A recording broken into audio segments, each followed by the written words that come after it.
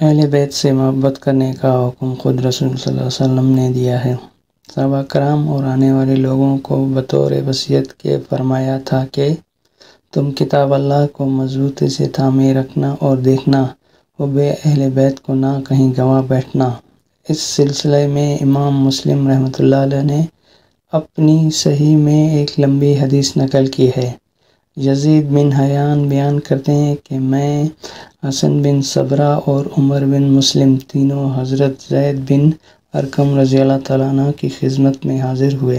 جب ہم ان کے پاس بیٹھے تھے تو حسن کہنے لگے، جناب زید، آپ کو بہت فضیلت حاصل ہے۔ آپ نے رسول صلی اللہ علیہ وسلم کو اپنی آنکھوں سے دیکھا ہے، آپ کی باتوں کو سنا ہے، آپ کے ساتھ جنگی سفر کیے ہیں، آپ کے پیچھے نماز پڑھنے کا شرف حاصل کیا، غرض آپ کو بہت سے فضائل حاصل ہوئے۔ آپ ہمیں چند باتیں بیان فرمائیں جو رسول صلی اللہ علیہ وسلم کی زبان مبارک سے سنی ہوں۔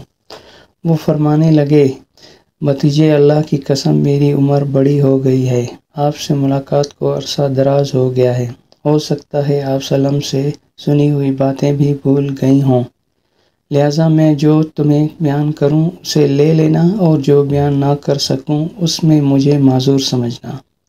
پھر فرمانے لگے، ایک دن رسول صلی اللہ علیہ وسلم مکہ مکرمہ اور مدینہ منورہ کے درمیان کے ایک مقام پر خطاب فرمانے کے لیے کھڑے ہوئے۔ اللہ تعالیٰ کی حمد و ثنا کے بعد کچھ وعظ و نصیحت فرمائی۔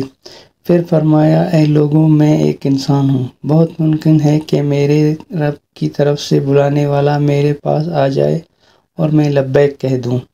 میں تم میں سے دو اہم چیزیں چھوڑ کے جا رہا ہوں، ان میں سے ایک تو اللہ کی کتاب ہے جس میں ہدایت اور روشنی ہے، اس لیے اللہ تعالیٰ کی کتاب کو مضبوطی سے پکڑے رکھنا۔ پھر آپ نے لوگوں کو کتاب اللہ کی طرف رغبت دلائی۔ پھر آپ نے فرمایا، دوسری چیز میرے اہل بیت ہیں، میں تمہیں اپنے اہل بیت کے بارے میں اللہ کا واسطہ دیتا ہوں، میں تمہیں اپنے اہل بیت کے بارے میں اللہ تعالیٰ کا واسطہ دیتا ہوں، میں تمہیں اپنے اہل بیت کے بارے میں اللہ تعالیٰ کا واسطہ دیتا ہوں۔ حسین نے پوچھا، جناب زید، نبی صلی اللہ علیہ وسلم کے اہل بیت کون ہیں؟ کیا آپ کی بیویاں اہل بیت سے نہیں؟ وہ کہنے لگے، آپ کی بیویاں آپ کے اہل بیت سے ہیں، لیکن اصل اہل بیت وہ ہیں جن پر صدقہ حرام ہے۔ حسین نے کہا، وہ کون ہیں؟ فرمانے لگے، آل علی، آل عقیل، آل جعفر اور آل عباس۔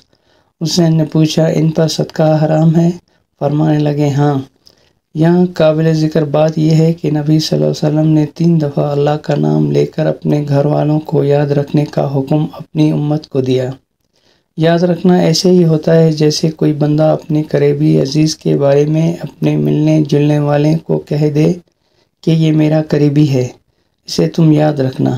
کیا مطلب؟ اس کی مشکل کو اپنی مشکل سمجھنا، اس کی خوشی میں خوش ہونا، اس کی علمی پہ غمزدہ ہونا۔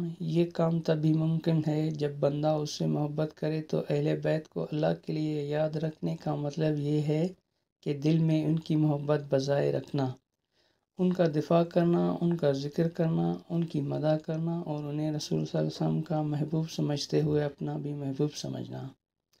اہل بیت سے بغض رکھنے والا دوزخی ہے۔ اہل بیت سے محبت رکھنا جزو ایمان ہے، اور اہل بیت سے دشمنی رکھنا جہنم میں جانے کا سبب ہے، اس لیے کہ ان سے دشمنی رکھنا در حقیقت رسول صلی اللہ علیہ وسلم کے گھر والوں سے دشمنی رکھنا ہے۔ اس کی دلیل میں درج ذیل حدیث کس قدر واضح ہے، جسے علامہ ناصر الدین البانی رحمۃ اللہ نے حدیث صحیحہ میں نقل کیا ہے۔ مجھے اس ذات اقدس کی قسم جس کے قبضے میں میری جان ہے، اہل بیت سے جو بندہ بھی بغض رکھے اللہ اسے آگ میں داخل کرے۔